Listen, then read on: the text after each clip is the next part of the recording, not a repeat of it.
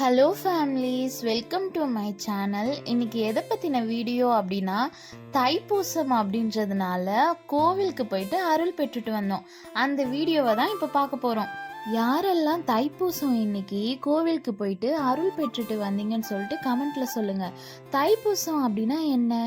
தமிழ் மாதத்துல தை மாதத்துல பூச நட்சத்திரமும் பௌர்ணமி திதியும் கூடி வரும் நாள்ல தான் தைப்பூச நாளா கொண்டாடப்படுவாங்க. முருகப்பெருமானோட முக்கிய திருவிழாவாம். சாதாரணமா முருகர் கோவில்னாலே களை கட்டும். இன்னைக்கு தைப்பூச திருநாள் வேற, எப்படி இருக்குமோ? இது சூரபத்மன வெள்ள பார்வதி தேவி முருகனுக்கு வேல் வழங்கிய தினமா சொல்றாங்க. பிப்ரவரி 1ஆம் தேதி ஞாயிற்றுக்கிழமை இன்னைக்கு கொண்டாடப்படுது.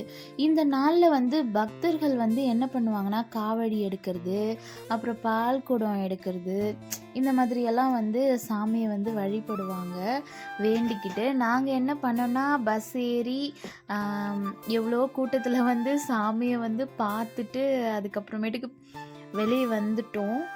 விளக்கெல்லாம் ஏற்றி முடிச்சுட்டு அதுக்கப்புறமேட்டுக்கு வெளியே வந்துட்டோம். இந்த விளக்கு ஏற்றுறதுக்கு கூட அங்கே இடம் இல்லை திருவண்ணாமலையில்.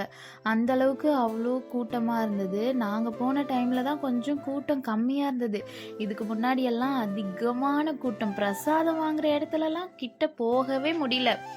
உங்களில் எத்தனை பேர் இன்னைக்கு தைப்பூசம் அதுவுமா முருகர் கோவிலுக்கு போயிட்டு அருள் பெற்றுட்டு வந்தீங்கன்னு சொல்லிட்டு கமெண்ட்ல சொல்லுங்க மக்களே.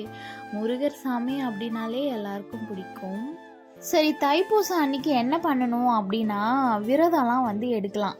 தைப்பூசத்தன்னைக்கு அதிகாலையில் எழுந்து குளிச்சுட்டு முருகனை வழிபடுவாங்க. முருகன் பிறந்த தினமா அறியப்படுறதுனால முருகன் கோவிலுக்கு போயிட்டு சிறப்பு பூஜை போட்டுட்டு வரலாம். இன்னும் அதான் காவடி எடுக்கிறது, அந்த குடம் தூக்கிறது அப்படிலாம் சொல்லியிருந்தோம் இல்லையா?